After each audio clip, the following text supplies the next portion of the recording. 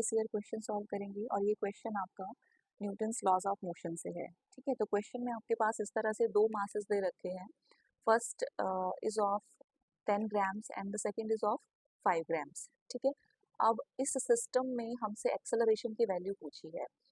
ठीक है, तो देखने से ही पता चल रहा है कि जो हैवियर वेट है वो इस डायरेक्शन में मूव होने वाला है और जो लाइटर वेट है वो अपोजिट डायरेक्शन में मूव होने वाला है। ठीक है, हैवियर वेट है तो इसकी एक्सेलरेशन इस डायरेक्शन में रहेगी और जो लाइटर वेट है इसकी एक्सेलरेशन अपोजिट डायरेक्शन में रहने वाली है। ठीक है, इस तरह से ये पूरा सिस्टम मूव करेगा। अब जिस एक्सेलरेशन के साथ 10 डाउनवर्ड डायरेक्शन में मूव होगा, सेम उसी एक्सेलरेशन के साथ 5 अपवर्ड डायरेक्शन में मूव होगा। ठीक, अब देखिए बच्चे, हम सबसे पहले सबकी इंडिविजुअल मासेस की एफबीटी बनाएंगे। अब 10 पे जो अर्थ है वो डाउनवर्ड डायरेक्शन में mg फोर्स लगाएगी। वेट mg हमेशा डाउनवर्ड डायरेक्शन में एक्ट होता है, तो इसका मास है 10 और एक्सेलरेशन ड्यू टू ग्रेविटी से हमने इसको मल्टीप्लाई कर दिया, तो इतना फोर्स 10 पर डाउनवर्ड डायरेक्शन में लग रहा है। ठीक है, अब देखो इस वेट की वजह से स्ट्रिंग में टेंशन डेवलप हो जाएगी। ठीक है, स्ट्रिंग जो होगा वो टाइट हो जाएगा, तो यहाँ पे जो स्ट्रिंग है जिसमें टेंशन एक्ट होगी वो इस तरफ एक्ट होगी। हमें पता है कि जो टेंशन होती है वो away from the object act होती है। ठीक है, सिमिलरली 5 में भी ऐसा ही होगा। जो फोर्स 5g होगी वो डाउनवर्ड डायरेक्शन में एक्ट होगी, जबकि जो टेंशन फोर्स होगी स्ट्रिंग में वो away from the object act होगी। ठीक है, अब हम एफबीटी बनाएंगे फर्स्ट ऑब्जेक्ट के लिए। तो फर्स्ट ऑब्जेक्ट आपका 10 ग्राम्स का है, डाउनवर्ड डायरेक्शन में इस पे 10g फोर्स लग रही है और अपोजिट डायरेक्शन में इस पे टेंशन t लग रही है। ठीक है, अब ये जो ऑब्जेक्ट है ये डाउनवर्ड डायरेक्शन में मूव कर रहा है विद एक्सेलरेशन a, तो हम इसके लिए न्यूटन के सेकंड लॉ का यूज करेंगे, that is F net is equals to mass into acceleration. अब डाउनवर्ड डायरेक्शन में इस पे 10g फोर्स लग रही है, जबकि अपोजिट डायरेक्शन में इस पे टेंशन t फोर्स लग रही है।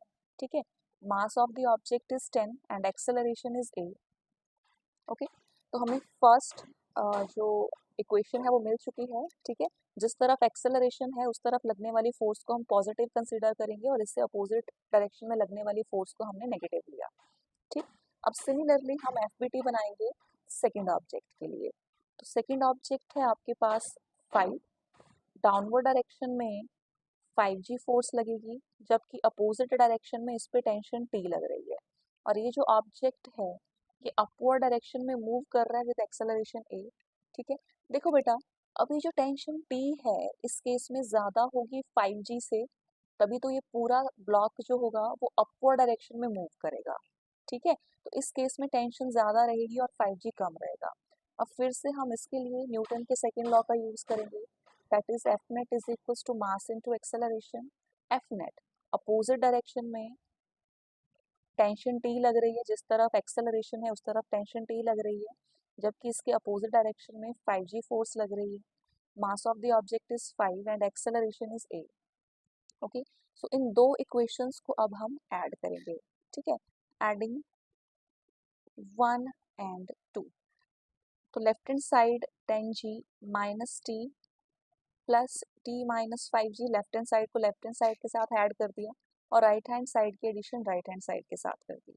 10a प्लस 5a, t से t कैंसिल हो रहा है, 10 minus 5 that is 5g is equals to 15a और a is equals to 5g over 15 और a is equals to g by 3।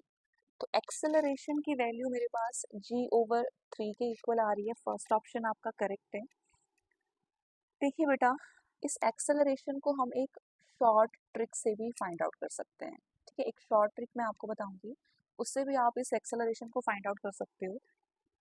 देखिए, एक्सेलरेशन निकालने का फॉर्मूला है driving force minus opposing force. अब ये ड्राइविंग एंड अपोजिंग क्या है, divided by total mass of the system. Driving force क्या है, अभी जो पूरा सिस्टम है ये इस तरह मूव कर रहा है। ठीक है, कौन सी फोर्स इसको ड्राइव कर रही है, 10g फोर्स इस पूरे सिस्टम को ड्राइव कर रही है। जबकि जो 5G फोर्स है इस सिस्टम को अपोज कर रही है। अगर 5G ना होता तो ये फटाफट से इस तरफ आ जाता, लेकिन 5G फोर्स क्या है, अपोजिंग, जबकि 10G क्या है, ड्राइविंग। तो ये ड्राइविंग फोर्स है और जबकि ये अपोजिंग फोर्स है। ठीक है, so driving force is 10G and opposing force is 5G divided by total mass of the system that is 10 + 5।